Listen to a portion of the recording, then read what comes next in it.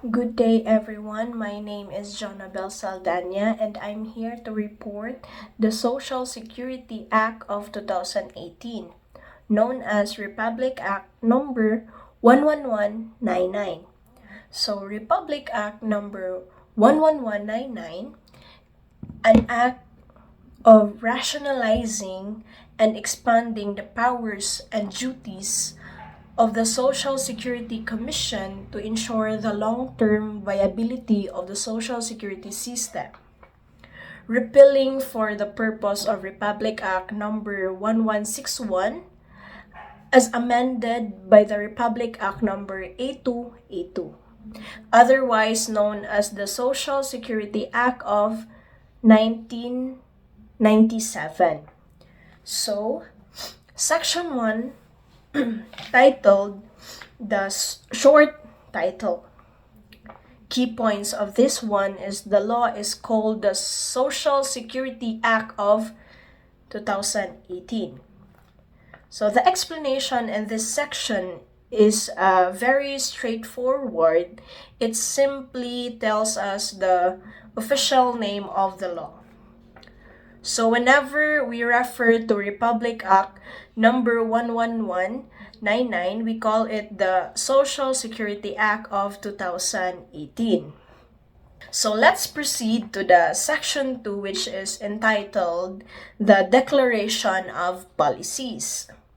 The key point of this section is the state commits to establishing a viable tax-exempt social security system that protects workers and their families.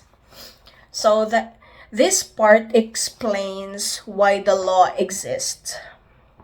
So the government wants to make sure workers and families have financial protection against life's uncertainties like sickness, disabilities, maternity needs, old age, and even death. It also covers the both local and overseas workers. It also encourages the cultures of work, saving, investing, and prospering, meaning Social Security is not just protection, but also about building a better financial future. For example, imagine a factory worker gets sick and cannot work for 2 months.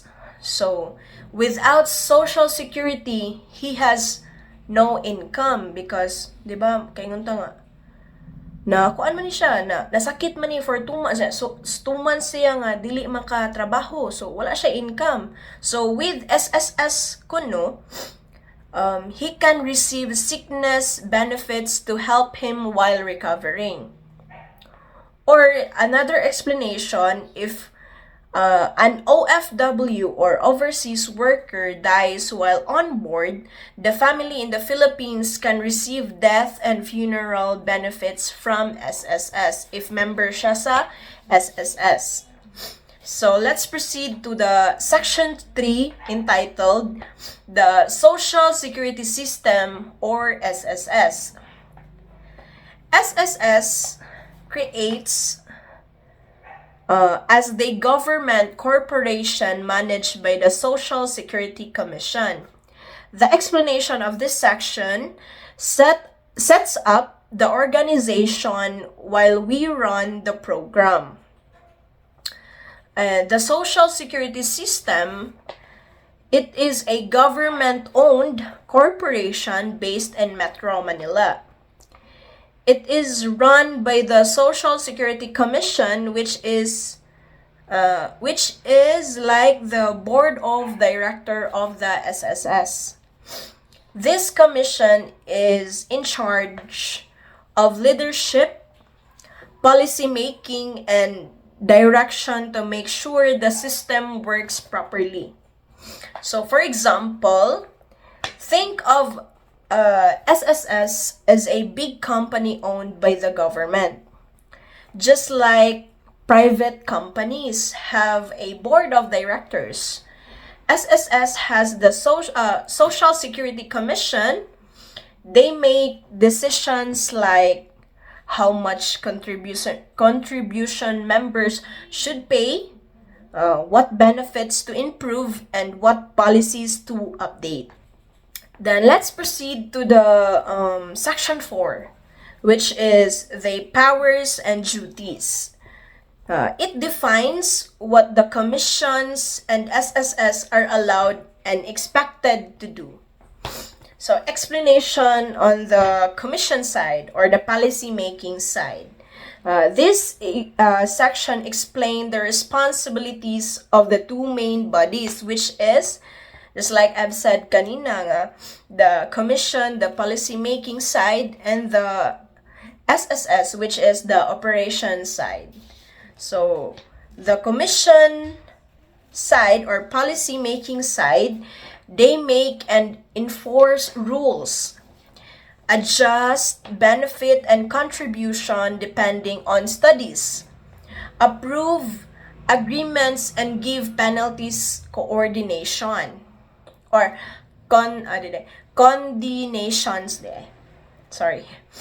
And lastly, create special programs for workers. The SSS side or the operation side, they usually runs the programs and give benefits, report yearly to the president and Congress about their performance, ensuring the funds remain stable through financial studies, opened offices nationwide to make services accessible to everyone. And lastly, to coordinate with other agencies to improve services delivery.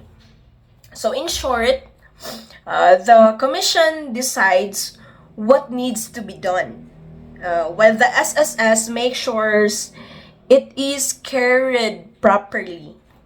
Like, na-handle siya o tarong ba? So, for example, of the commission side, if inflations goes up and the cost of living rises, the commission can decide to increase pensions or adjust contribution rates to keep the system suitable. Example for the SSS operations, if you apply for a salary loan from SSS, it's the SSS offices that process and release the money. Another example, if you live in the province, SSS sets up regional offices for you to so you don't have to travel all the way to Manila. So the summary or conclusion of the fourth section, which is section 1 is basically the name of itself, which is the which is the Social Security Act of 2018. The second section is what is its purpose and guiding principles. The third section is the creation of SSS as a corporation. The fourth section is the powers and duties of the governing bodies. So that's all for my sections. Thank you.